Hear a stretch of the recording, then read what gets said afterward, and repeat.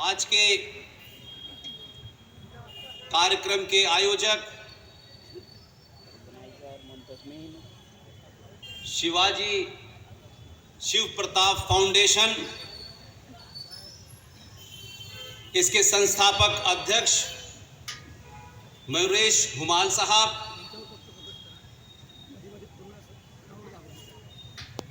और मुंबई के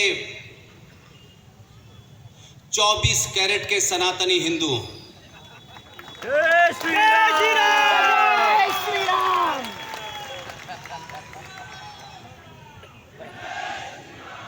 आप सब जानते हैं मंच पे पहुंचने के बाद मैं किसी को माफ नहीं करता, और जिन्हें मैं जानता भी नहीं हूं, न कभी जीवन में मिला, न मिलने की कोई ख्वाहिश, अगर उन्होंने कोई भी काम ऐसा किया हो जो सनातन हिंदू को मजबूत करता है, उसको खुल के उसका समर्थन करता हूं। जय श्री राम, जय श्री राम। ये मेरे लिए पहली ऐसी महाराष्ट्र में सभा है जहां मैं अपने दिल की बात आपसे कहना चाहता था। संभाजी महाराज भिड़े गुरु जी की तरफ से आदेश हुआ कि आपको मुंबई में कल्याण में जाना है। मैं उनके आदेश का पालन करने आया हूं।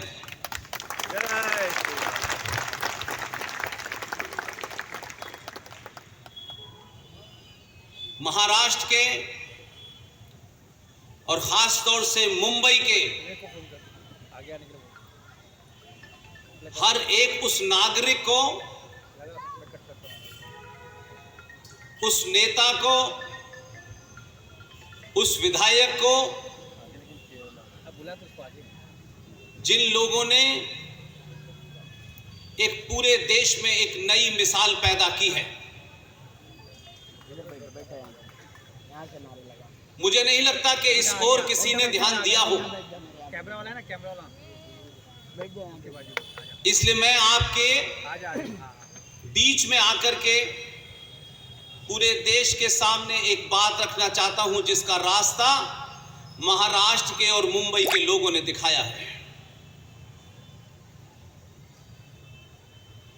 एक ऐसा भी दौर था जब हर पार्टी, हर संगठन अपने आप को ज्यादा से ज्यादा यह प्रचारित करने की ख्वाहिश रखता था, चिंता करता था कि उसके बारे में सनातन संस्कृति के दुश्मन, भारत राष्ट्र के दुश्मन, हमारी परंपरा और आस्थाओं को चोट पहुंचाने वाले लोगों को कैसे खुश किया जाए। भारतीय राजनीति में यह होड़ लगी हुई थी पिछले 70 सालों से, कैसे हम उन लोगों को खुश करें जिन्होंने हमें, हमारी सभ्यता को रौंदा है। लेकिन आपने एक नई मिसाल पैदा की है। शिव फाउंडेशन को, लोगों को, आयोजकों को इतनी बड़ी सभा आयोजन करने के लिए मुबारकबाद देता हूं। और यह बात आपसे इसलिए कहता हूं ताकि मुझे लगता है कि जो लोग तारीफ और आपकी निंदा पीठ पीछे करते हैं, वो मनुष्य नहीं होते, वो दलाल होते हैं। अगर आपके अंदर किसी से कुछ नहीं लेने का स्वार्थ है, अगर आप इस चिंता में परेशान नहीं हैं कि कोई नाराज हो जाएगा, कोई दुखी हो जाएगा, इस चिंता से जब मुक्त होते हैं तो आप खुल के तारीफ भी करते हैं और निंदा भी करते हैं, क्योंकि आपको किसी से कुछ प्राप्त करने का चिंता नहीं रहती।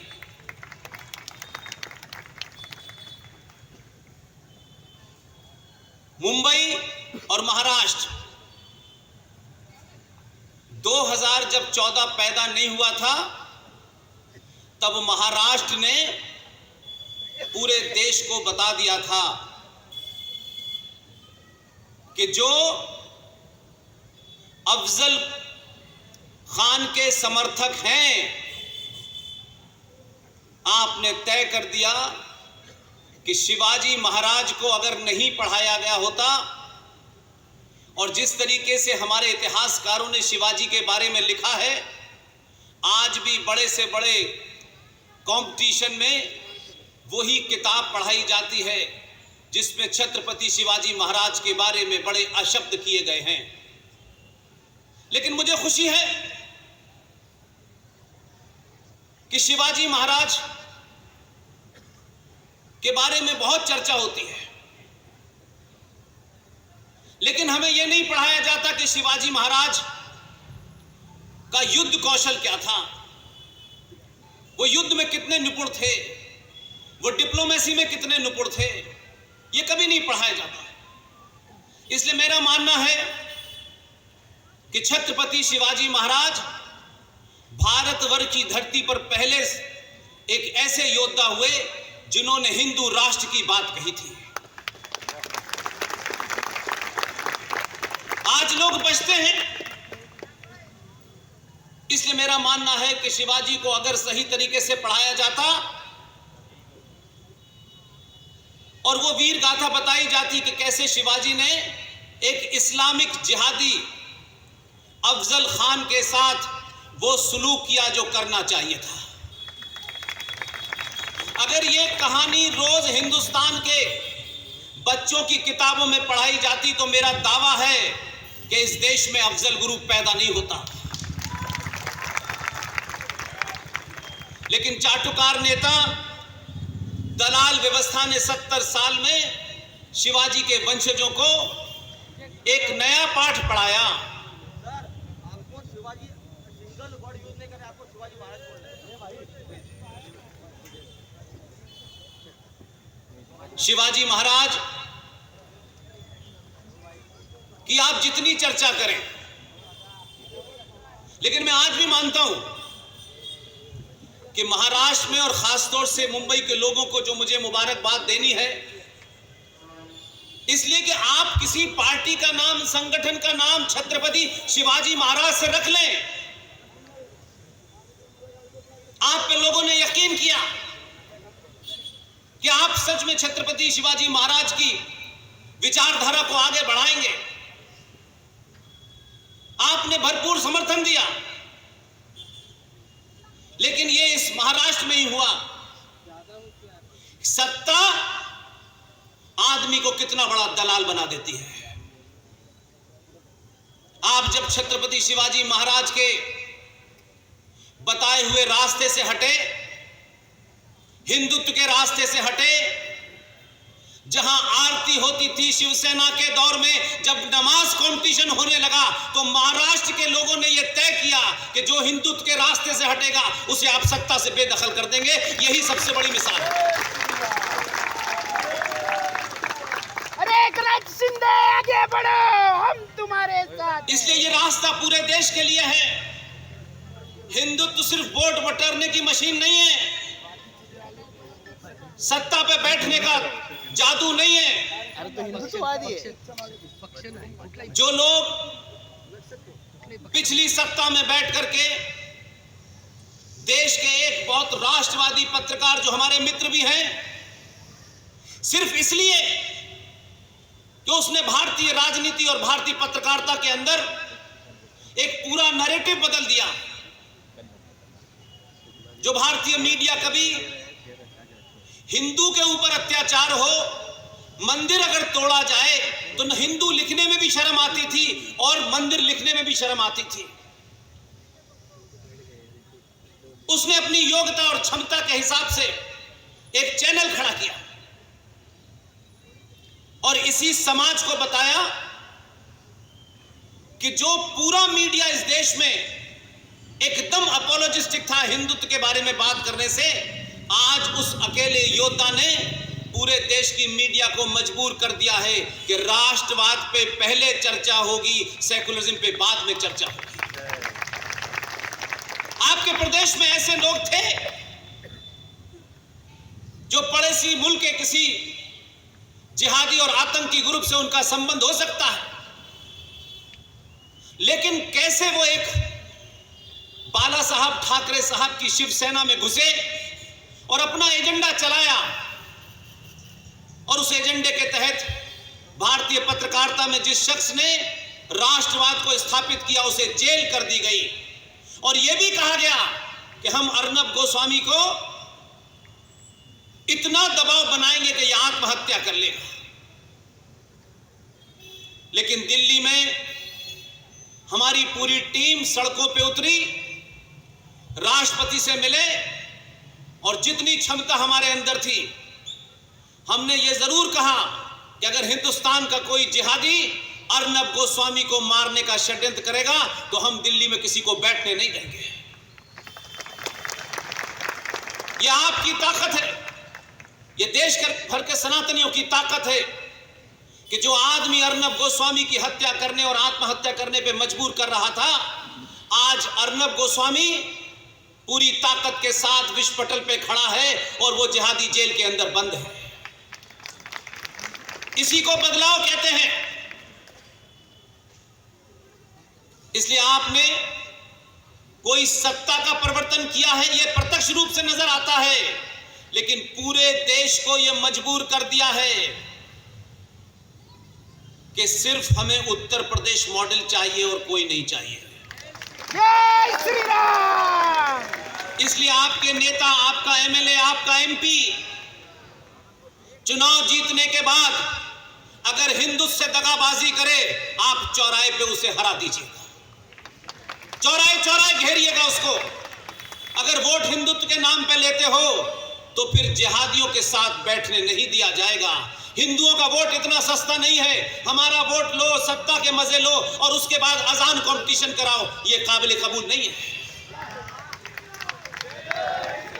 यार उस नेता को समझ में आ जाना चाहिए, गेरुआ पट्टा डाल करके मंचों पे बैठने से हिंदुत्व पैदा नहीं होता। हिंदुत्व के लिए स्वार्थों को छोड़ना पड़ता है, और आप लोगों ने यहां बड़े बड़े लोगों को जमीन दिखा दी है, इसलिए आपको मैं दिल से धन्यवाद देना चाहता हूं।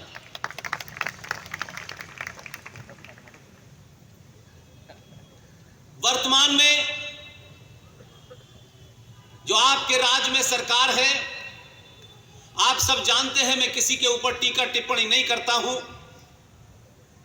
लेकिन कुछ बात है जो मुझे आज आपके बीच में कहनी है।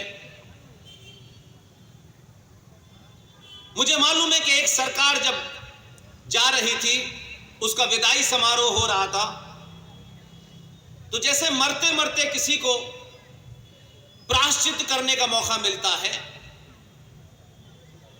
ऐसे ही पिछली सरकार को मरते मरते भी एक प्रायश्चित करना पड़ा। और अगर ये प्रायश्चित में भी उन्होंने किया, या जाते जाते उनको ये समझ में आ गया कि सत्ता की सांठगांठ आम जनता और हिंदुत्व का फायदा नहीं पहुंचाती, तो सत्ता से बेदखल हो जाते हैं। उन्होंने जाते जाते मैंने सुना है कि एक प्रस्ताव पारित किया। उस प्रस्ताव में कहा गया कि एक इस्लामिक आतंकी जिहादी औरंगजेब, जिसने बनारस में बाबा विश्वनाथ के उस मंदिर को खंडित किया, उसी औरंगजेब के नाम से एक शहर आपके राज्य में है। जाने वालों ने सोचा कि जाते जाते हम अपने आप को हिंदुत्व के बारे में, हिंदुत्व की ठेकेदारी लेने की कोशिश की, लेकिन बहुत देर हो चुकी थी। और विधानसभा में कोई उन्होंने प्रस्ताव पारित किया कि अब हम औरंगाबाद का नाम बदल के संभाजी महाराज रखेंगे। ये उनका मानना था, जाते जाते कह के गए। लेकिन मेरा सवाल आज की वर्तमान सरकार से है, और ये किसी राजनीतिक दल से सवाल नहीं कर रहा हूं। जब ये हलचल चल रही थी उस जमाने ये हो रहा था कि एक पार्टी ने जो हिंदुत्व की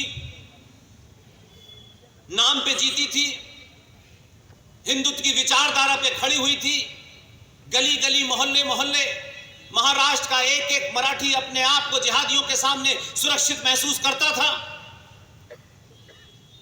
जब उस पार्टी ने जाते जाते जो प्रस्ताव पारित किया, चलो किया तो सही, इसमें हम अपना स्वार्थ देखना चाहते हैं, तो फिर वर्तमान सरकार को इतना लंबा समय क्यों लग रहा है? सत्ताएं कब चली जाएंगी ये किसी को पता नहीं है, और जो सत्ता पे बैठे वही राजा महान होता है जो रात को ये सोचता है कि सुबह रहूंगा या नहीं रहूंगा। जो निर्णय आज कर दिया है वही अमर होगा। इसलिए कौन सी योजना आई, कौन सी योजना नहीं आई, मुझे इसमें इंटरेस्ट नहीं है। मुझे इसमें इंटरेस्ट है कि जिन्होंने मरते मरते एक प्रस्ताव पारित किया था, आप उसी प्रस्ताव को उठाइए और औरंगाबाद का नाम बदल के तत्काल संभाजी महाराज करिए। इसमें देरी नहीं होनी चाहिए, इसमें राजनीति नहीं होनी चाहिए, क्योंकि उस वक्त इस बात की चर्चा बहुत थी कि इन्होंने हिंदुत्व का साथ छोड़ दिया, हिंदुत्व का साथ छोड़ दिया और जिहादियों का साथ पकड़ लिया। तो आपको आज कौन रोक रहा है? इसलिए उसमें राजनीतिक स्वार्थ मत तलाशिए कि किसी खास मौके पे करेंगे, इसका क्रेडिट किसको मिलेगा। कोई क्रेडिट नहीं मिलता है। छत्रपति शिवाजी महाराज ने जो कर दिया उसी का गुणगान हो रहा है, बाकी का गुणगान नहीं होता। इसलिए ये मान के चलिए कि जो मौका आपको मिला है वो 1000 साल का नहीं मिला है, हर दिन आपका आखिरी दिन होगा। इसलिए बहुत सारे काम करने हैं। और महाराष्ट्र वालों को तो खास तौर से मुझे कहना है कि आपको सिर्फ औरंगजेब का नाम बदल के संभाजी महाराज नहीं करना है, उसके अलावा इस देश में एक आतंकी जिसने मुंबई के बम धमाकों को अंजाम दिया, आज अगर महाराष्ट्र में भारत में उसकी मजार बन रही है तो इससे बड़े दुर्भाग्य की कोई बात नहीं हो सकती।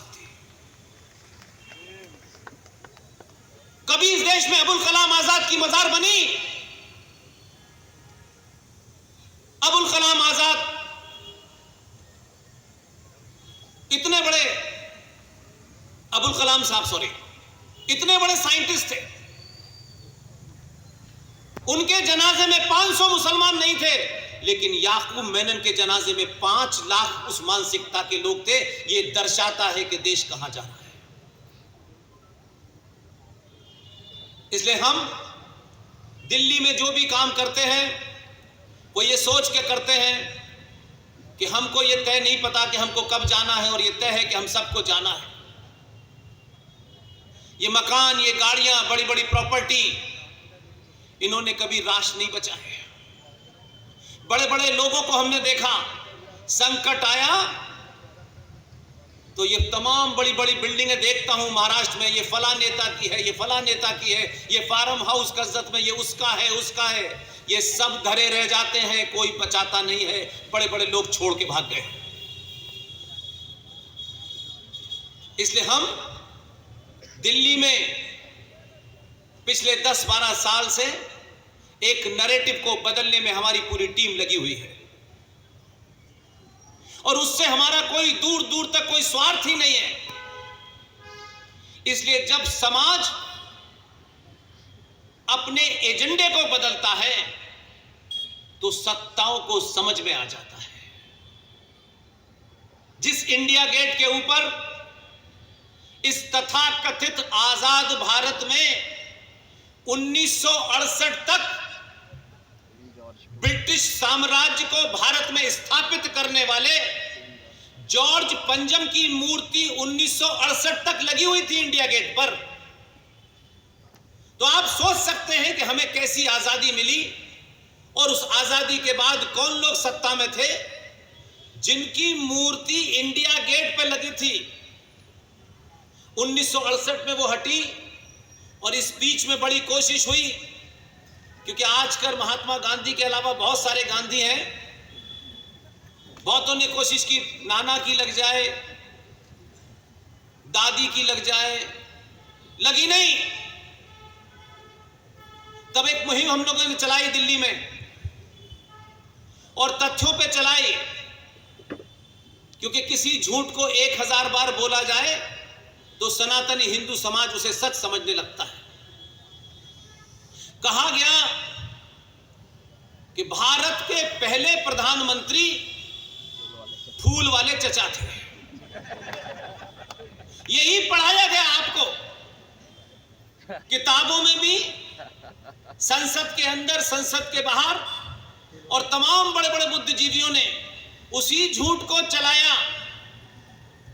कोई 2022 के भारत में रुक के पूछना नहीं चाहता है कि भारत का पहला प्रधानमंत्री ने शपथ कब ली थी।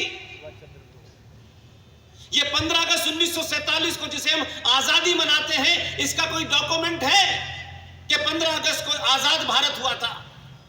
कहां लिखा है, किस किताब में लिखा है? जो लोग यहां राज कर रहे थे उनकी पार्लियामेंट के अंदर भी नहीं है। लेकिन झूठ इतना आपकी नसों में डाल दिया गया है कि आप जब सच सुनते हैं तो आपको ताज्जुब होता है। कुछ कुछ बातों के लिए कोई बहुत ज्ञानी होने की आवश्यकता नहीं है। 1946 की 5 बड़ी घटनाएं हैं। अगर उन 5 घटनाओं को आप पढ़ लें, सिर्फ एक एक लाइन में बताना चाहता हूं, तो आपको समझ में आएगा कि 1947 में क्या हुआ। इन घटनाओं को कभी नहीं बताया गया, यह चर्चा में कभी नहीं आई। मार्च 1946 ग्रेट ब्रिटेन के प्रधानमंत्री मिस्टर एटली, उन्होंने घोषणा की कि हम भारत में जल्दी ही सत्ता का हस्तांतरण करने वाले हैं। उसके बाद क्या हुआ? 20 अप्रैल 1946। अब आपको समझ में आएगा कि जो घोषणा मार्च 1946 में ब्रिटेन के प्रधानमंत्री ने की थी, अब उससे सिलसिला आपको जोड़ेंगे तो आपको समझ में आएगा। और मेरी जो भी बातें मैं यहां से कह रहा हूं, अगर आपको 0% भी डाउट हो तो जाके रिकन्फर्म कीजिएगा। और मैं पूरे देश में बोलता हूं, आपको खुली चुनौती है, आप आके कहिएगा फला दिन आपने ये बात गलत बोली थी, मैं मन से या तो माफी मांगूंगा या आपको करेक्ट कर दूंगा। 20 अप्रैल 1946 को कांग्रेस पार्टी के अध्यक्ष के चुनाव की घोषणा हुई। आज तो हमारे यहां बड़े प्रोएक्टिव लोग हैं। जब किसी आदमी का समाज में कद बड़ा हो जाता है और वो जब छोटी बात करता है, तो हम इतने भोले लोग हैं कि उस बड़े आदमी की छोटी हरकत को नजरअंदाज करते हैं। जब आपने चुनाव की घोषणा कर दी 20 अप्रैल को कि कांग्रेस पार्टी का अध्यक्ष चुना जाना है, तो इस देश में एक साहब है, सनातनी परंपरा में किसी के बड़े उम्र से बड़े आदमी की इज्जत की जाती है। वो रिक्शा भी चलाता हो तब भी की जाती है। लेकिन वो बड़ा आदमी अपने कद के कारण अगर झूठ बोलता है तो चौराहे पे खड़े होकर उसका प्रतिकार भी करना चाहिए। इसलिए जैसे ही घोषणा हुई 20 अप्रैल को कि कांग्रेस पार्टी का अध्यक्ष चुनना है, गांधी जी का बयान आया। उन्होंने अपने बड़े कद का इस्तेमाल कैसे किया? उन्होंने कहा कि मेरी पहली पसंद नेहरू है। जब चुनाव की घोषणा हो गई तो चुनाव होने दीजिए। आपको लोग बड़ा मानते हैं, आपकी इज्जत करते हैं, आप भले ही ना करते हो, तो आपको कम से कम धैर्य रखना चाहिए था, अपने कद का इस्तेमाल करना चाहिए था। लेकिन आपने अपने कद का नाजायज इस्तेमाल किया और पहले ही घोषणा होते कह दिया कि भाई नेहरू तो मेरी पहली पसंद है। लेकिन इसके बाद भी 27 अप्रैल को 1946 में नए पार्टी के अध्यक्ष की चुनाव की प्रक्रिया पूरी हो गई। 1940 में एक जाहिल आदमी जो मक्का में पैदा हुआ था 1888 में, वो कांग्रेस पार्टी का अध्यक्ष था, जिसका नाम मौलाना आजाद था। उन्होंने इस्तीफा दिया और ये पूरी चुनाव की प्रक्रिया एक आदमी को सौंपी गई कि आपकी देखरेख में होगी। वो न्यूट्रल थे। ये ताज्जुब की बात है कि कभी हमने इस बात को पब्लिक डोमेन में नहीं लाए, सार्वजनिक मंचों से इसकी बात नहीं कही, क्योंकि हर एक को यह डर होता है हम इतने बड़े आदमी के बारे में बात कहेंगे, लोग हमसे नाराज ना हो जाएं। बात अगर 24 कैरेट की है तो कहीं भी खड़े होकर कहिए दुनिया आपका कुछ नहीं बिगाड़ सकती।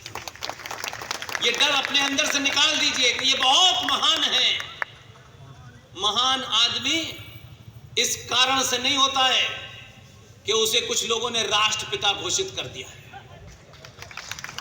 और ये बात मैं नहीं कह रहा, ये महाराष्ट्र के गली गली में हर बच्चे को पता होनी चाहिए।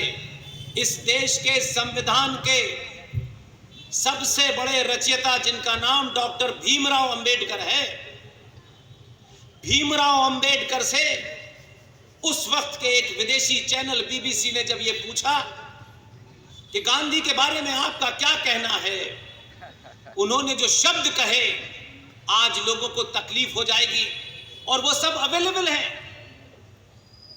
दुनिया हमारी तरह पाखंडी नहीं है। उन्होंने सब कुछ डॉक्यूमेंट भी रिलीज कर दिए और बुलेटिन भी रिलीज कर दिए। बी.आर. अंबेडकर कहते हैं कि अगर कोई आदमी पाखंडी हो, झूठा हो और आप कहें कि मैं उसे राष्ट्रपिता मान लूं तो मैं नहीं मानता। और उन्होंने फिर आगे कहा, इतने बड़े आंदोलन में गांधी एक अंग थे, सब कुछ वो थे ऐसा नहीं था। अगर गांधी की हत्या पे छुट्टी न होती तो कोई गांधी को जानता नहीं, ये बी.आर. अंबेडकर ने कहा। ऐसे बहादुर लोग थे जो कह सकते थे, लेकिन वो चर्चा नहीं होती।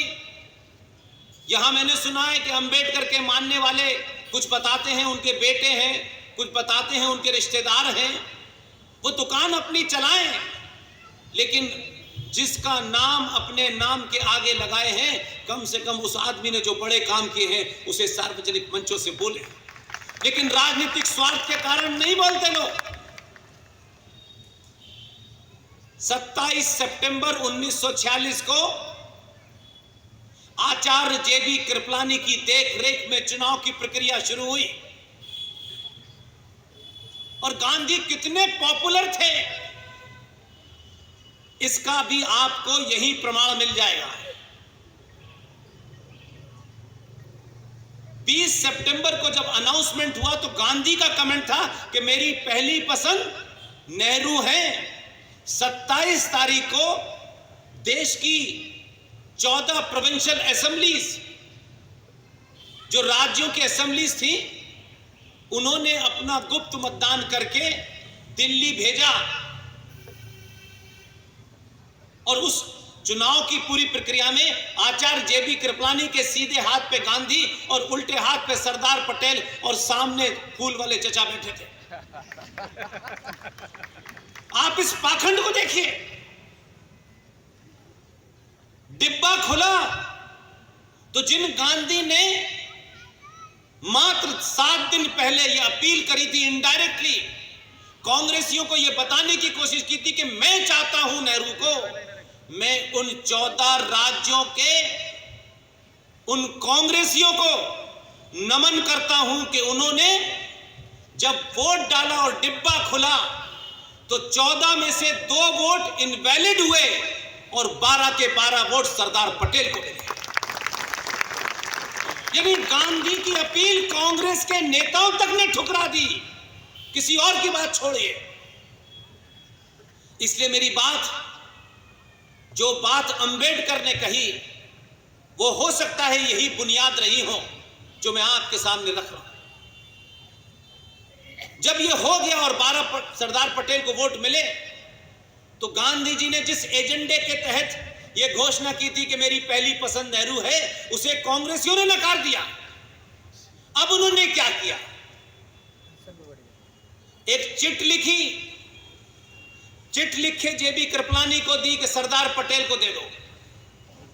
यहां से किसी आदमी की महानता और मक्कारी और झूठ फरेब पे खड़े हुए उस पुतले का डिमोलिश करना चाहता है। सरदार पटेल को वो चिट दी, सरदार पटेल ने चिट देखी, उनके चेहरे पे तनाव था और उन्होंने चिट वापस कर दी। उस चिट पे लिखा हुआ था, तुम चुनाव की इस प्रक्रिया से विड्रॉ कर लो। यानी वो चुनाव एक नौटंकी थी, क्योंकि उनकी मुराद पूरी नहीं हुई, नेहरू को एक भी वोट नहीं मिला और सरदार को मिल गया, तो अब उन्होंने अपने बड़े होने का दूसरा फायदा उठाया और चिट पे लिखा कि तुम इस इलेक्शन से विड्रॉ कर लो। सरदार पटेल ने गुस्से से वो चिट वापस कर दी। इसलिए ऐसे लोगों का चरित्र दोबारा और तिबारा लोगों को बताना चाहिए। दूसरी चिट लिखी उन्होंने, बेहयाई का आलम देखिए, क्योंकि एजेंडा कुछ और था।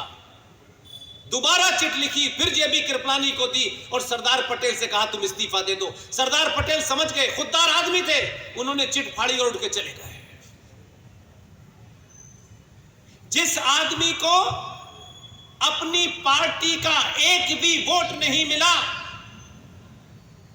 वो आदमी, आप सोचिए कि यह प्रक्रिया पूरी हो गई और इसके फौरन बाद क्या हुआ? 14 अगस्त 1946 की घटना पता है किसी को? किस एजेंडे के साथ यह हुआ? आप जब कनेक्ट करेंगे तो समझ में आएगा। और ये मेरे सामने की घटनाएं नहीं है, ये जेबी कृपलानी साहब, उन्होंने अपनी किताब में लिखा है, इसलिए ओरिजिनल सोर्स है, किसी दूसरे की बताई हुई कहानी नहीं है। 14 अगस्त 1946 को बंगाल में हिंदुओं का कत्लेआम हुआ, जिसे आप बंगाल किलिंग के, कलकत्ता किलिंग के नाम से भी जानते हैं और नोआखली के नाम से भी जानते हैं। 10,000 से ज्यादा हिंदू परिवारों को मारा गया, दबाव बनाया गया, किसके कहने पे? और फिर कमाल का देखिए, अप्रैल से अगस्त आई, अगस्त से सितंबर आया और 2 सितंबर 1946, ये डेट जाके वेरीफाई कीजिएगा, 2 सितंबर 1946 को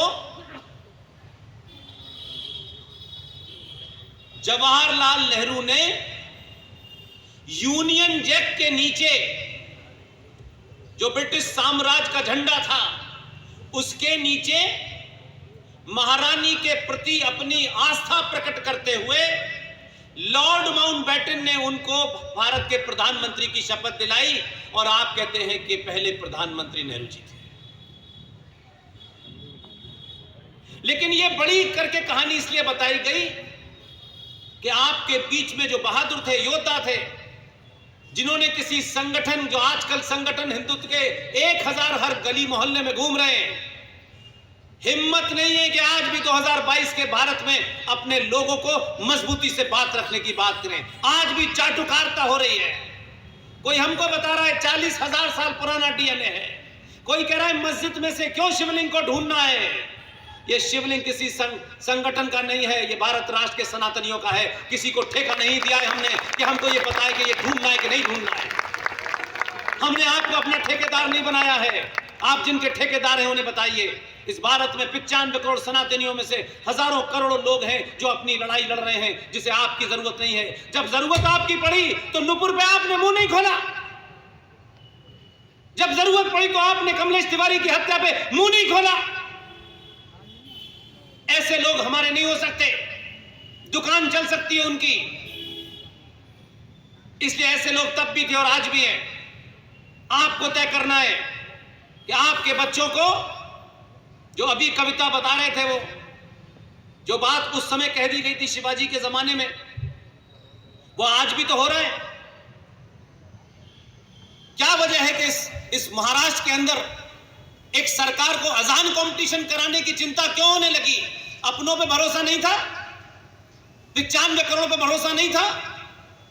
इसे कहते हैं कि सत्ता जो है इंसान को दलाल बना देती है। इसलिए सत्ता से बाहर रह करके जो ज्यादा जरूरत है वो यही है कि आप सिर्फ एक ही काम करें जो बार बार हर सभा में मैं कहता हूं। आपकी पार्टी क्या है, आपका संगठन क्या है, वो हो सकता है। पार्टी राष्ट्र नहीं है, कोई सरकार राष्ट्र से बड़ी नहीं है। मेरा आज भी मानना है जिस दिन भी सनातनी अपनी सामूहिक शक्ति का भारत में प्रदर्शन करेंगे, हिंदुस्तान के तख्त पे बैठने वाली ताकतवर सरकार आपकी चौखट पे नाक रगड़ेगी। आप अपने अंदर वो पुरुषार्थ पैदा कीजिए। ये चाटुकार नेताओं के पीछे भागना बंद कीजिए। इस पार्टी से टिकट मिल गई तो हिंदू हो गए, उस पार्टी से टिकट मिल गई तो सेकुलर हो गए, उस पार्टी से मिल गई तो हम कुछ भी नहीं है। क्या वजह है कि आपके पास इतनी बड़ी ताकत है, तब भी आपके ऊपर ऐसे लोग सत्ता में चले जाते हैं जिनको आपकी चिंता नहीं होती। 70 सालों में उन्होंने आपके साथ क्या क्या किया। और ऐसे लोग हैं जो आज अफजल खान के वंशज अफजल गुरु की बरसी मना रहे हैं दिल्ली में। कहां से आती है ये हिम्मत? ये हिम्मत आती है कि सनातनी स्वार्थी हो गया है, सनातनी जात पात में बटा हुआ है, सनातनी भाषा में बटा हुआ है, सनातनी मेरे तेरे में बटा हुआ है, ऊंच नीच में बटा हुआ है। जिस दिन भी सनातनी सामूहिक शक्ति का प्रदर्शन करेंगे, भारत में कई हजार साल तक 2014 और 2019 पैदा होंगे। मैं बार बार आपकी शक्ति की बात करता हूं। चाहे कितना बड़ा संगठन हो, कितनी बड़ी पार्टी हो, शक्ति एक आम सनातनी के पास है। इसलिए वो कभी भी आपको अपनी शक्ति का किसी भी किस्म का आपके अंदर वो मादा पैदा हो, वो कोशिश नहीं करते। उनकी कोशिश होती है वो आपको दीनहीन रखें। कोई 2 रुपए किलो चावल और 2 महीने की बिजली में खरीद रहा है, कोई फ्री राशन में खरीद रहा है, कोई फ्री मेट्रो ट्रेन का टिकट देने में खरीद रहा है। सनातनी क्या भिखमंगा है? इतना सस्ता है सनातनी कि आप 2 महीने की बिजली मुफ्त कर देते हैं, बस की टिकट मुफ्त कर देते हैं और आप वोट दे देते हैं। कम से कम अगर बिकना है तो अपनी कीमत तो सही लगाओ, ताकि खरीदार भी मार्केट में सोचे कि ये बहुत महंगे लोग हैं, इन्हें खरीदा नहीं जा सकता।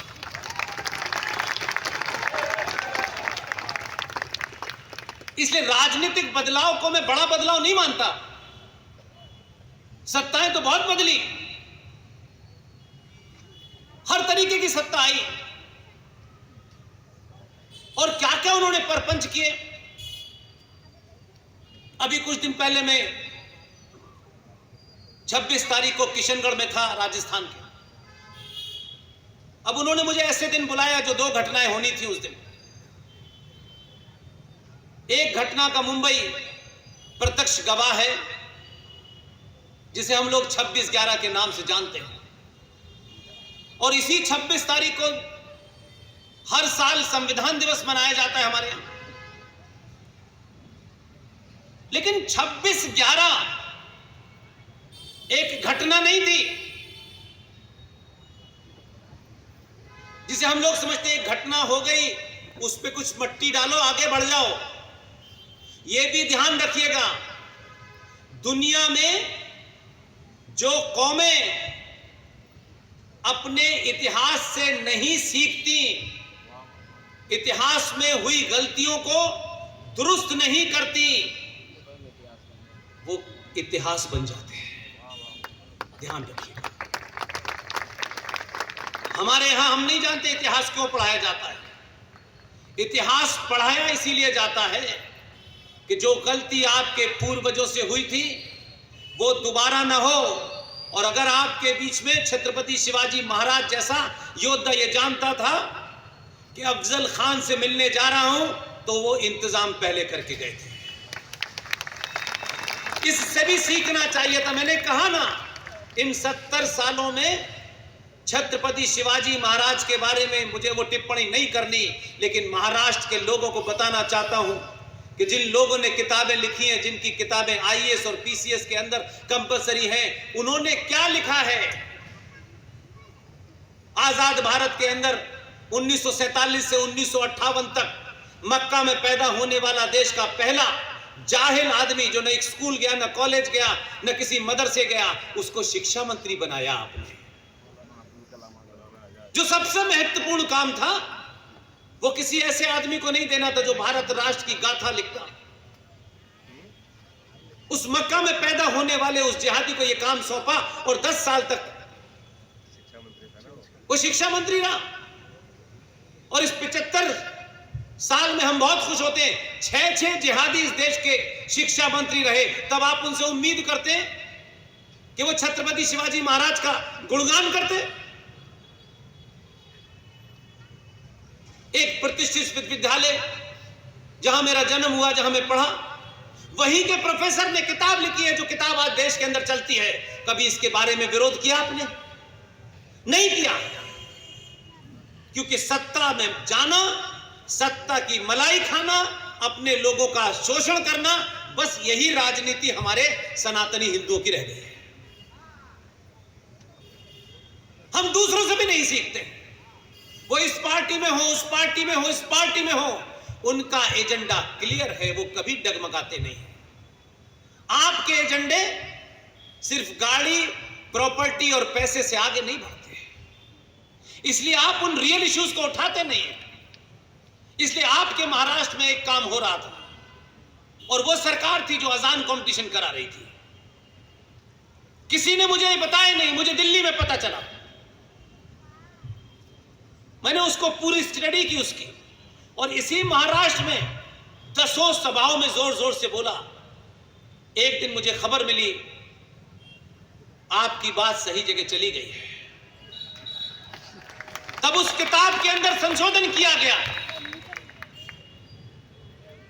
लेकिन हमारे बच्चे, आपके बच्चे पढ़ रहे थे, लेकिन आप अपने राजनीतिक स्वार्थों के लिए और संगठनों की दलाली करने के चक्कर में सच बात को नहीं बोले।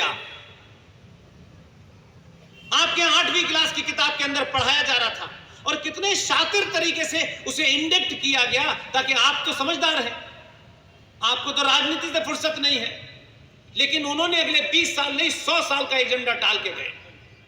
हम सब लोगों ने बचपन में सुना कि किस तरीके से 3 लोगों को फांसी चढ़ी थी।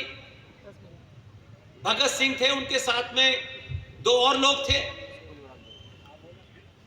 उन तीनों का नाम हम सब जानते हैं, लेकिन कितनी श्रूडनेस के साथ, क्योंकि आप तो ढपली बजाने में मस्त हैं।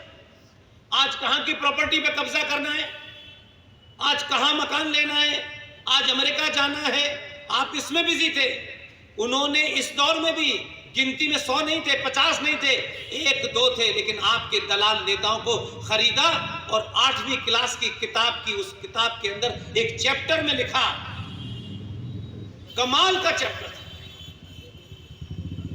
वो, जो हम 3 लोगों को जो फांसी हुई थी, मैं अक्सर 2 के नाम भूल जाता हूं, भगत सिंह के साथ में सुखदेव और राजगुरु। उसमें से एक नाम हटाया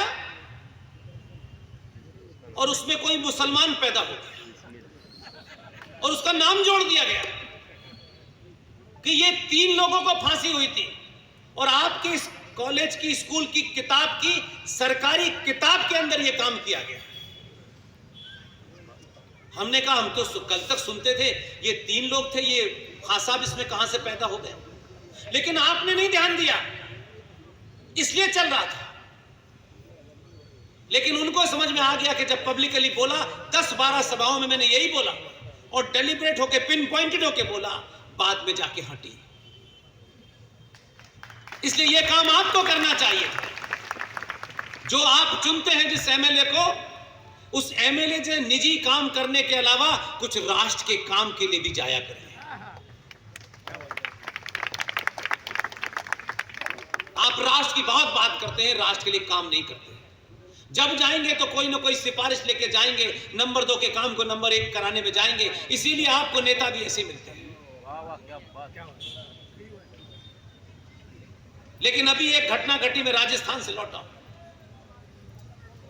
राजस्थान में ऐसे ही युवाओं ने, जैसे आज बहुत सारे युवाओं ने ये प्रोग्राम किया है, उन्होंने कहा हमने 26/11 पे खास तौर से किया है, और इत्तेफाक की बात है कि जब 26/11 हो रहा था तो मैं उस मुल्क के एक टेलीविजन का इंडिया में हेड था।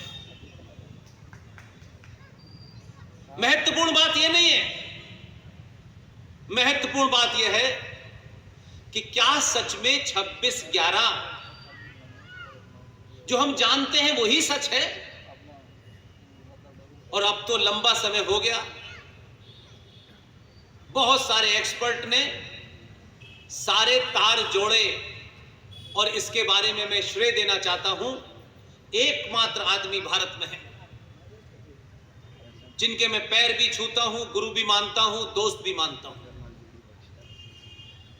जब उन्होंने सारे तार जोड़े तब मेरे पास कुछ इंफॉर्मेशन थी, जब उनको जोड़ा तो तब पता चला कि एक कहानी हुई कहां पर है। आप 26/11 को किसी पाकिस्तान से आए हुए आदमी का हमला मानते हैं, यह बिल्कुल गलत है।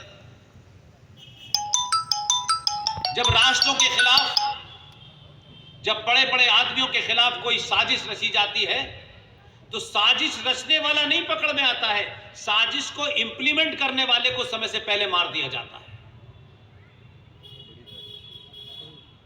2008 की घटना है, ये मुंबई में इसलिए कह रहा हूं कि अभी 4 दिन पहले ही वो घटना निकली है। अगर आप उस सच्चाई को नहीं समझेंगे, उन तथ्यों को नहीं समझेंगे, तो ऐसी घटना होती रहेगी। 26/11 में वो जो मुल्क है जिसके ऊपर कूड़ा डालने से आप साफ नहीं हो जाएंगे, वो तो पैदा ही इसी काम के लिए हुआ था। अपने लोगों के बीच में ढूंढिए कि कौन कौन शामिल था उसमें। बहुत प्लानिंग के साथ 4 महीने पहले भारत की आंतरिक सुरक्षा की जिम्मेदारी किसके ऊपर होती है? गृह मंत्रालय के ऊपर। गृह मंत्री से सबसे नीचे कौन होता है? गृह सचिव। जब आपके नेता ही उस षड्यंत्र के हिस्से हो तो आपको अंदाजा होगा कैसे? 4 महीने पहले यह प्लानिंग बनी कि भारत और पाकिस्तान के बीच में बातचीत होनी है, और 24 नवंबर को एक डेलीगेशन भारत के गृह सचिव मधुकर गुप्ता साहब की अंडर में, पूरा जो हमारा वॉर रूम होता है, जब कोई आंतरिक दुर्घटना हो, जब कोई आंतरिक गड़बड़ी हो, तो जो सुरक्षा का एपरेटस होता है, जो वॉर रूम होता है, जहां तैयारी की जाती है कि आंतरिक कोई बड़ी घटना हो गई हो तो उसको कैसे निपटा जाए, वो पूरा का पूरा वॉर रूम में जितने भी ऐसे इंपॉर्टेंट लोग थे, सब उस डेलीगेशन में 24 नवंबर को पाकिस्तान गए हुए थे। उसमें एक अफसर था, उनका नाम कभी सार्वजनिक मंचों से नहीं लेता, वो भी उसमें थे। वो भी वहां गए और उसके बाद उनको कुछ शक हुआ। उन्होंने वहां से वापस लौटने की अपनी जिद की कि मैं वापस आना चाहता हूं, लेकिन यहां वहां वाले दोनों मिले हुए थे। पहले तो उनसे मना कर दिया गया, लेकिन फिर वो आए तो जब ऐसी एंटर हुए तत्काल उनको कस्टडी में अनऑफिशियली ले लिया गया ताकि कहीं ये कुछ बोल न दे। 24 और 25 की वार्ता हुई, ये 2 दिन की वार्ता तय थी, और 26 तारीख को जहां वार्ता हो रही थी इस्लामाबाद में, उससे कोई 35 किलोमीटर की दूरी पर ऊंचाई पर एक पहाड़ी है जिसे मरी कहते हैं, जहां बहुत बड़ा अच्छा खूबसूरत सा हिल स्टेशन है। वहां की सरकार ने आपके डेलीगेशन से कहा कि हम चाहते हैं कि आप एक दिन हमारी मेहमान नवाजी को भी एक्सेप्ट करें, और सबको आप मरी ले गए। मरी में भारत का पूरा डेलीगेशन बैठा हुआ था, और वहां पर जो जैमर सिस्टम था वहां से कोई कम्युनिकेशन नहीं हो सकता था। पूरा डेलीगेशन भारत का 26 नवंबर को वहां बैठा हुआ था। अंदाजा नहीं था किसी को, और किसी को इस पे शक ना हो पाकिस्तान का फॉरेन मिनिस्टर दिल्ली में बैठा हुआ था, पत्रकारों से वार्ता कर रहा था, सब कुछ सामान्य लगने वाले माहौल था कि सब कुछ सामान्य लगे। फॉरेन मिनिस्टर यहां बैठा है, हमारा इंटरनल अपरेटस वहां बैठा है, कोई कम्युनिकेशन नहीं होता। एक आदमी जिसको हल्का सा डाउट था उसे आपने पकड़ा और मालूम है उसे क्या किया?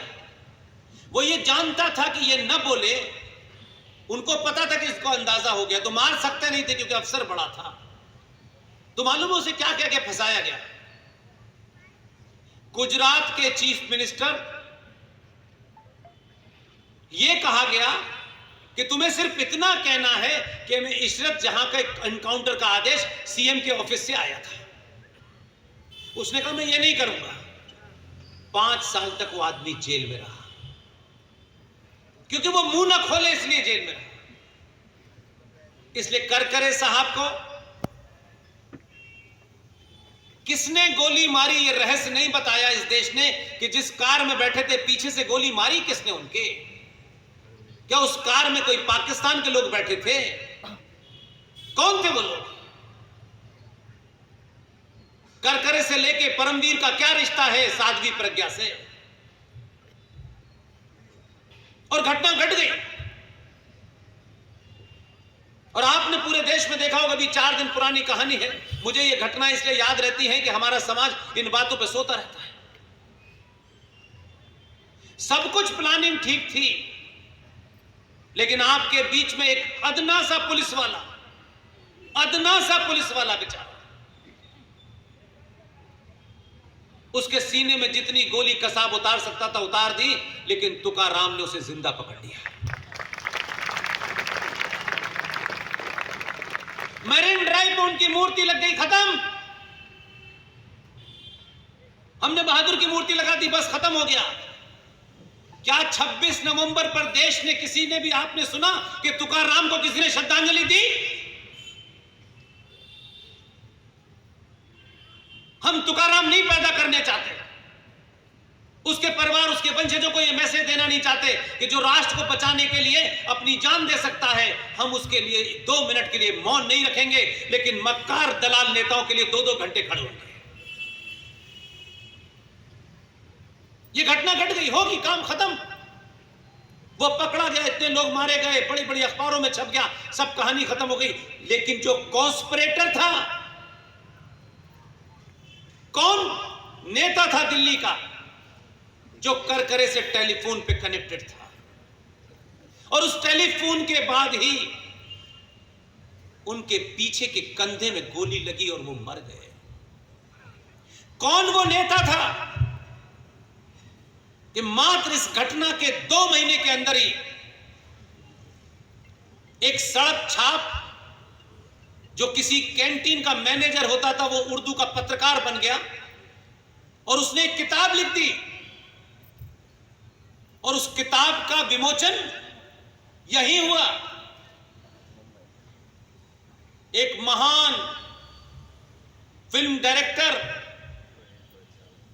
एक पार्टी के अध्यक्ष, हिंदुस्तान में 1857 के बाद देवबंद नाम का मदरसा स्थापित करने वाले मदनी, ये सब मौजूद थे और वो नेता भी उसमें मौजूद था। 2 महीने में दुनिया ने गुत्थी नहीं सुलझाई, लेकिन कुछ लोगों ने गुत्थी सुलझा दी कि 26/11 आरएसएस की साजिश थी। फौरन उन्होंने पलटवार किया, इससे पहले कि पोल खुल जाए। उन्होंने किताब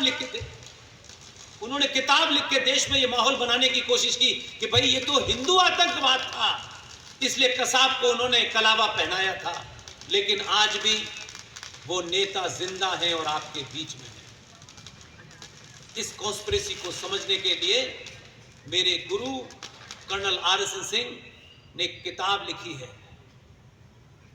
ये किताब देश भर में कोई 5 लाख से ऊपर जा चुकी है, और इस देश में विश्वविद्यालयों के अंदर, संगठनों के अंदर, पॉलिटिकल पार्टीज में, हजारों संगठनों के बीच में कैसे एंटी नेशनल काम करते हैं। वो रॉ के पूर्व डायरेक्टर भी थे और आर्मी में कर्नल भी हैं। ये उनकी लिखी हुई किताब में है और इसी में कुछ कुछ इनपुट है। ये पढ़ लेंगे तो आपको देश भर में करोड़ों सुशील पंडित और आरएसएन सिंह पैदा हो जाएंगे। इसलिए अगर 2022 के भारत में भी अगर आज आप ये समझते हैं कि सरकार बनाने से हिंदुत्व मजबूत हो जाता है, नहीं होता। और महाराष्ट्र के लोगों का तो इसको सबसे ज्यादा एहसास होगा। इसलिए मैं बार बार कहता हूं, राष्ट्र को जगा दो, फिर राष्ट्र तय कर लेगा किसको हटाना है और किसको बिठाना है। इसलिए दुख है मुझे, जो काम जिसको करना चाहिए था वो नहीं किया, ईमानदारी से नहीं किया। इसलिए कुछ लोग मुझसे नाराज हो जाते हैं कि मंचों से आकर के अपनी बात स्पष्टता से कह देता हूं। उसमें साधु हो, संत हो, कोई हो, वो मेरे लिए भी उतने ही पूजनीय जिसने सबके लिए है।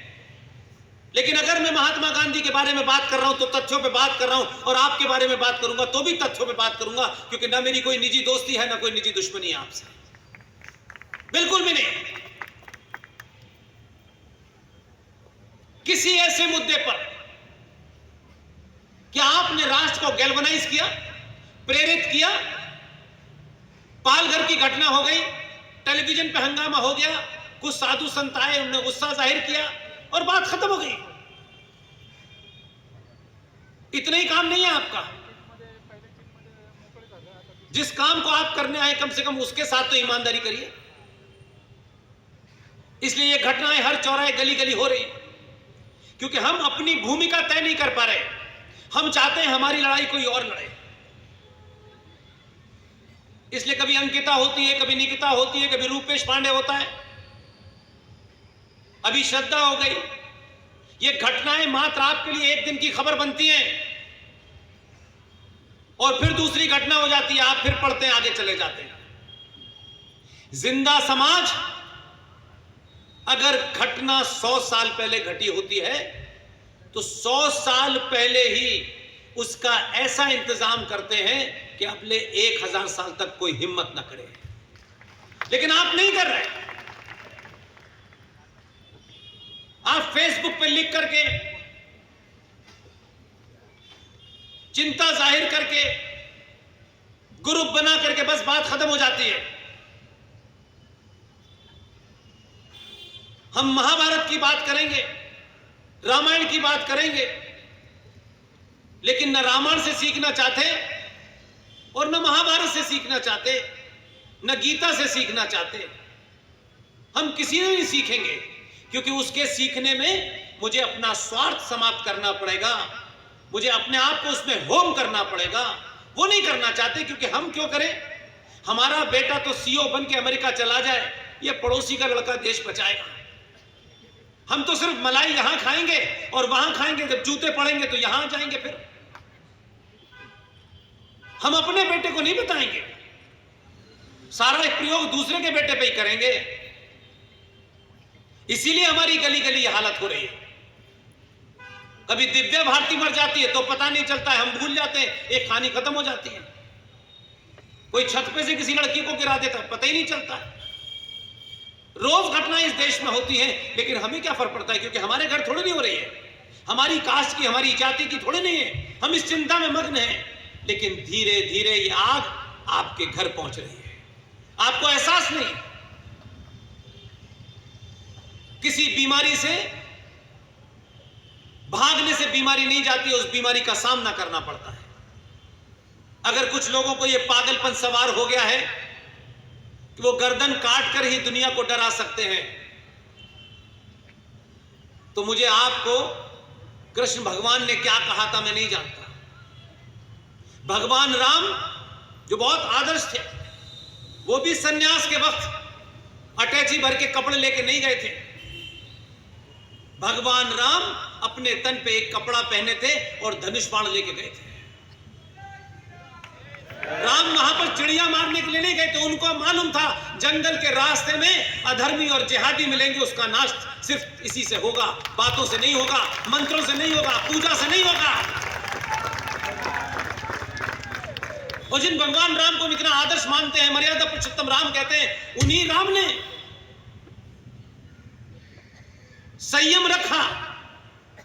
लेकिन जब उनके संयम का इम्तिहान लेने की कोशिश की तो समुद्र ने रास्ता नहीं दिया, और जब उसने रास्ता नहीं दिया तब उन्होंने धनुष बाण ताना, और फिर उसके बाद समुद्र ने कहा, ए प्रभु आप रास्ता ले लीजिए। ये एक ही लाइन में कह सकता हूं इस बात को, भक्ति करना अच्छी बात है, लेकिन ध्यान रखिए भक्ति जब भी हो सकती है जब बीच बीच में शक्ति का प्रदर्शन हो। बिना शक्ति के आप भक्ति भी नहीं कर सकते। इसलिए समय की मांग है, न किसी निर्दोष को मारिए, न डराइए, न धमकाइए, लेकिन साथ में लाइन जोड़ता हूं, और ना ही किसी के ऊपर हथियार उठाइए। लेकिन अगर किसी पागल ने यह तय कर लिया है कि वह आपको बंदूक से और तलवार से मारेगा, तो इस देश की सुप्रीम कोर्ट भी बास्ती इजाजत देती है कि आपको अपनी जान की रक्षा करने के लिए प्रतिकार करने का अधिकार है। जब हम नहीं रहेंगे, जब सामने वाला हत्या कर देगा, तो यह आदर्श किस काम आएगा? आपके आने वाले वंशज पूछेंगे, जब आप ही समाप्त हो गए, जब मानवता ही समाप्त हो गई, तो इस आदर्शवाद को क्या चाटोगे? इसलिए मंत्रों का जवाब मंत्रों से दीजिए, तर्क का जवाब तर्क से दीजिए। लेकिन अगर कोई तलवार से डराता है तो छत्रपति महाराज की तलवार भी आपके पास है, उसका इस्तेमाल करें। यह कोई भड़काने वाली बात नहीं है कि किसी को भड़काया जा रहा हो। या तो यह देश की कोर्ट मुझे बता दे कि ऐसे में क्या करेंगे। जज साहब के पास ब्लैक कैट कमांडो ना हो और आतंकी आ जाए तो क्या वो फैसला सुनाएंगे उसे कोर्ट में? ये तर्क करेंगे, कहेंगे वकील लेके आओ, मैं सुनता हूं तुम क्या कहना चाहते हो। ये बात इसलिए कह रहा हूं कि आज सुप्रीम कोर्ट ने एक एजेंडा खोल रखा है। बड़े बड़े 18-18 कमरों में रहेंगे, अपॉइंटमेंट कैसे होगा इसको बताएंगे नहीं। एक जज जाएगा तो दूसरे का अपॉइंटमेंट करके जाएगा। भाई एक आईएएस आदमी को बनने में जीवन निकल जाता है उसका, एक प्रमोशन लेने में उसके 10 इम्तिहान होते हैं। एक नेता 5 लाख से लेके 22 लाख की कॉन्स्टिट्यूंसी में खड़ा होता है, तब उनके बीच में से जीत के आता है, इतनी धूल फांकता है। लेकिन जज साहब जाने वाले जज आने वाले जजों को अपॉइंट कर जाते हैं। आधा कोई चचा है, कोई ताऊ है, कोई नाना है, कोई बाबा है, लेकिन वो उस एमएलए को और उस एमपी को कोर्ट में बुला करके लताड़ सकते हैं, आईडी डीआईजी को लताड़ सकते हैं। और इतने ज्यादा प्रोएक्टिव आजकल हो गए हैं कि जज साहब ये कह रहे हैं कि भारत की संसद में बहस के दौरान विपक्ष को ज्यादा समय नहीं मिल रहा। आप संसद से ऊपर है क्या? कौन है आप? भगवान है क्या? क्योंकि आपके बारे में बात होगी तो आप कंटेम्प्ट ऑफ कोर्ट कर देंगे। आपका दिन आया क्योंकि आप महान हैं, तो भारत देश के प्रधानमंत्री को मारने वाले, जिन लोगों ने प्रधानमंत्री के चिथड़े कर दिए, वो देश का प्रधानमंत्री था। किसी का पिता किसी का पति हो सकता है, लेकिन वो देश का प्रधानमंत्री पहले था। जिन लोगों ने राजीव गांधी की हत्या की, वो लोग जेल में थे, लेकिन जज साहब का अपना एजेंडा है। उन्होंने कहा साहब इतने लंबे समय तक ये जेल में रहे हैं, इनका व्यवहार बहुत अच्छा था, इसलिए उन्हें छोड़ दिया जाए। आप पूरे भारत में भारत की क्या छवि बनाना चाहते हैं कि भारत के प्रधानमंत्री को आके कोई मार दे, भारत की सत्ता को खत्म कर दे और उसका मारने वाले को 20 साल बाद छोड़ दिया जाए? आप भारत को इतना एक्सपोज कर रहे हैं, इतनी सॉफ्ट स्टेट बना के रखा है आपने भारत को। लेकिन एक तरफ उनका पाखंड यह है और दूसरी तरफ पाखंड क्या है? जिसने प्रधानमंत्री को मारा उसको छोड़ रहे हैं कि इनका व्यवहार बहुत अच्छा था इसलिए छोड़ दिया। लेकिन एक आदमी, उसको लगा कि कुछ विदेशी ताकतें इस देश के अंदर आती हैं और यहां के भोले भाले आदिवासियों को कन्वर्ट कर लेती हैं। जितनी उसमें क्षमता थी, जितनी उसमें अकल थी, वो अपनी आंखों के सामने देख रहा था कि कैसे ग्लूकोज का 4 रुपए का 2 रुपए का पैकेट देकर के आदिवासियों को कन्वर्ट किया जा रहा है। उसने उस क्षमता के हिसाब से यकायक उसको एक दिन लगा कि लुटेरे देश से आए हैं जो ऑस्ट्रेलिया नाम की जगह है, इतिहास पढ़ लीजिएगा, भूखे नंगे लोग थे, 2.25 करोड़ की पॉपुलेशन है उनकी। वहां से एक परिवार चल के आया, उनको पूरी दुनिया में मानवता यही भारत में नजर आ रही थी। किसी को सऊदी अरब नजर नहीं आता है मानवता, जहां गला काटा जाता है जुमे के बाद, वहां मदर टेरेसा पैदा नहीं होती, सब भारत में ही पैदा होते हैं। उसने एक आदमी जो भारत के आदिवासियों की उनका मत बदल रहा था, उनको लालच देकर के उनका परिवर्तन कर रहा था, उसको कुछ समझ में नहीं आया, उसने आग लगा दी और वो आदमी मर गया। शुद्ध कन्वर्जन कर रहे थे वो लोग। उसके साथ में एक भीड़ थी, FIR में लिखा हुआ है भीड़ द्वारा उस आदमी को 30 साल से जेल में है। जज साहब को उसका व्यवहार ठीक नहीं लगा। उसे उसके पिता के मरने पे, उसको मां के मरने पे 1 दिन की पैरोल नहीं मिली, और राजीव गांधी के मारने वालों को आपने रिहा भी कर दिया और उनको सर्टिफिकेट भी बांट दिया। और उस वक्त की सरकार ने उस ग्रैहम स्टेन की पत्नी को पद्मश्री दिया, क्योंकि दिल्ली में एक महारानी बैठी थी कि एजेंडा उसी का पूरा हो रहा था। आप नहीं बोले, इस देश में एक भी आवाज उठी कभी दारा सिंह के लिए? वो क्यों नहीं रिहा हो सकता? उसी एजेंडे के तहत सनातनी हिंदू समाज को अपने अंदर झांकना चाहिए। एक एजेंडे के तहत रात के 2 बजे दिल्ली से टेलीफोन किया जाता है तमिलनाडु की मुख्यमंत्री को, उनको ब्लैकमेल किया जाता है। और क्योंकि जहां जहां हमारे साधु संत अपनी ताकत के तहत उस धर्मांतरण को, उस मतांतरण को रोक रहे थे, वो अच्छा नहीं लग रहा था दिल्ली में बैठी उस मायावी महिला को। रात के 2 बजे जयललिता को फोन किया गया और 2:30 बजे हमारे देश की सर्वोच्च, इस राष्ट्र की सबसे बड़ी पदवी, जिसे हम शंकराचार्य कहते हैं, घसीट करके उसको अपने आश्रम से निकाला गया और उस पर आरोप लगाया गया कि इस 85 साल के आदमी ने बलात्कार किया है। कोई प्रतिक्रिया नहीं हुई भारत में। वो आदमी मर गया, ये किसी ने नहीं पूछा, क्योंकि आप अपने स्वार्थों में लिप्त थे। और इसी से आपको पैरेलल एक घटना बताता हूं तो आपको पता चलेगा कि आप में क्या कमी है और दूसरों में नहीं है। दिल्ली के अंदर कांग्रेस की सरकार थी, दिल्ली राज्य में भी सरकार थी और केंद्र में भी थी। दिल्ली में एक बड़ी मस्जिद है जिसे सब जानते हैं। उस मस्जिद का एक इंचार्ज है, मालिक है, जो भी कह लीजिए, उसका नाम क्या है? अहमद बुखारी। उस अहमद बुखारी के ऊपर 65 FIR है, 65। दिल्ली पुलिस को दिल्ली हाई कोर्ट आदेश देती है कि इसे गिरफ्तार करिए। जानते हैं कि सरकारों ने क्या दबाव बनाया? पुलिस ने सरकार के दबाव में कोर्ट में यह लिख के दिया कि अगर हम इस आदमी को पकड़ेंगे तो दंगा हो जाएगा। शीला दीक्षित को गए हुए एक लंबा समय हो गया। आज तक ये जो काले कोट वाले जो है ना, ज्ञान देते हैं हर बात पे, दही हांडी की लंबाई कितनी होनी चाहिए, महाकाल पे पानी कितना चढ़ना चाहिए, जलीकट्टू ठीक है कि नहीं ठीक है, शबरीमला में जेंडर जस्टिस है कि नहीं है, एक बार नहीं कहा कि इस गुंडे को पकड़ो, चाहे किसी कीमत पे पकड़ो, क्योंकि उनको मालूम है कि इस गुंडे को पकड़ने से पूरे देश में हंगामा हो जाएगा। इसलिए इस देश की जुडिशरी भी डरती है। जिनसे डरना चाहिए, जो लॉ अबाइडिंग सिटीजन है, उनके बारे में कोई सवाल नहीं है।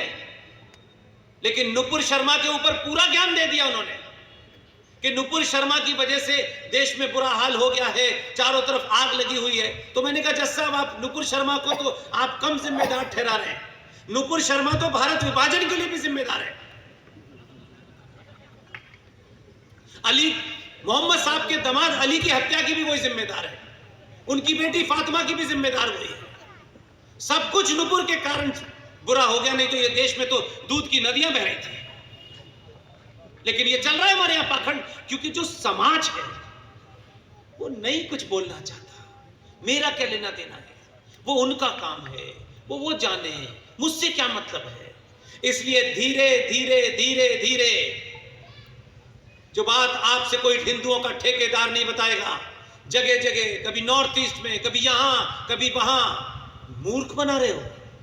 आप मूर्ख बना रहे हो 2022 के भारत में, जब इस देश में 15 साल के बच्चे को 5 सेकंड के अंदर पता चल जाता है कि आज अमेरिका में क्या हो रहा है, फ्रांस में क्या हो रहा है, जर्मनी में क्या हो रहा है, तुम उसको मूर्ख बना रहे हो, उसको सही बात नहीं बता रहे। तुम्हें लगता है कि उसे सही बात बता देंगे तो हमारी पोल खुल जाएगी।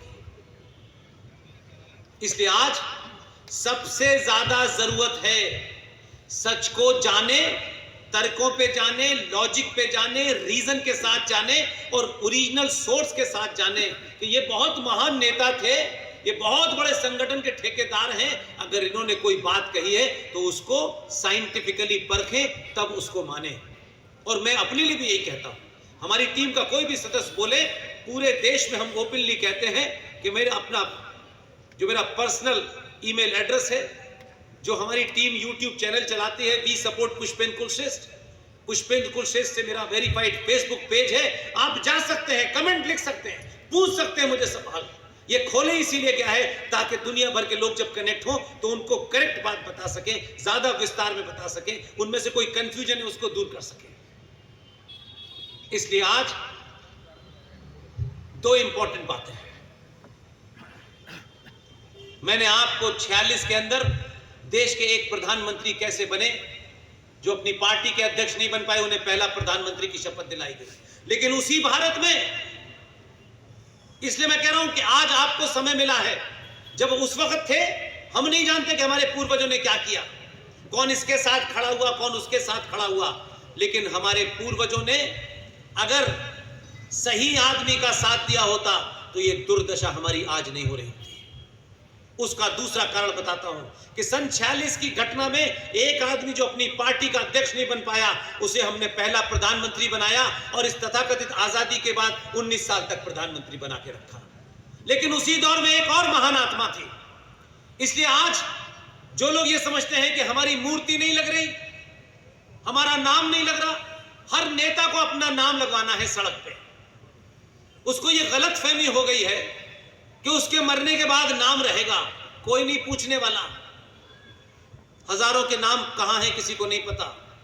जिनको अपने जीते जी नाम की चिंता नहीं होती है, मैं आपको एक जिंदा मिसाल देता हूं, यह आपको इंस्पायर कर सकती है घटना।